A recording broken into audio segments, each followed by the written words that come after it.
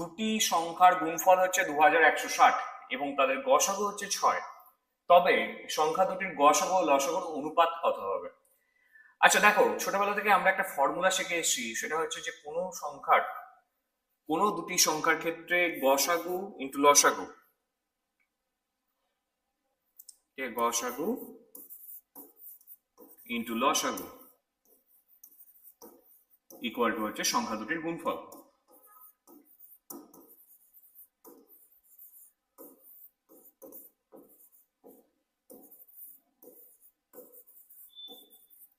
ঠিক আছে, তাহলে আমাদের এখানে বলেছে সংখ্যা দুটির গুণফল হচ্ছে 2160। তাহলে এখানে আমি যদি 2160 বসিয়ে দেবো।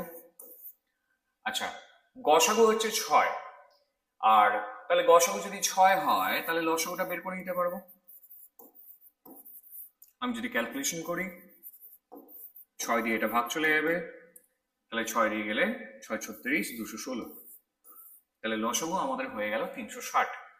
না, আমাদের চেয়েছে কি, আমাদের চেয়েছে দুটোর অনুপাত কত। ঠিক আছে, তাহলে গসাগু আর লসাগুর অনুপাত চেয়েছে আমাদেরকে HCF LCM। আচ্ছা, HCF আমাদের কত হচ্ছে? না, HCF টা হচ্ছে 6 আর LCM টা হচ্ছে 360।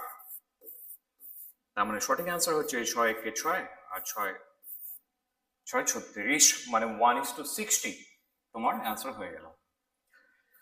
ঠিক আছে, ক্লিয়ার? তাহলে এই প্রশ্নটা কিন্তু আমাদের প্রচুর রিপিট হয়, তাহলে তোমাদের এটা মাথায় রাখতে হবে যে গসাগু ইন্টু লসাগু ইকুয়াল টু হচ্ছে সংখ্যা দ্বয়ের গুণফল। নেক্সট।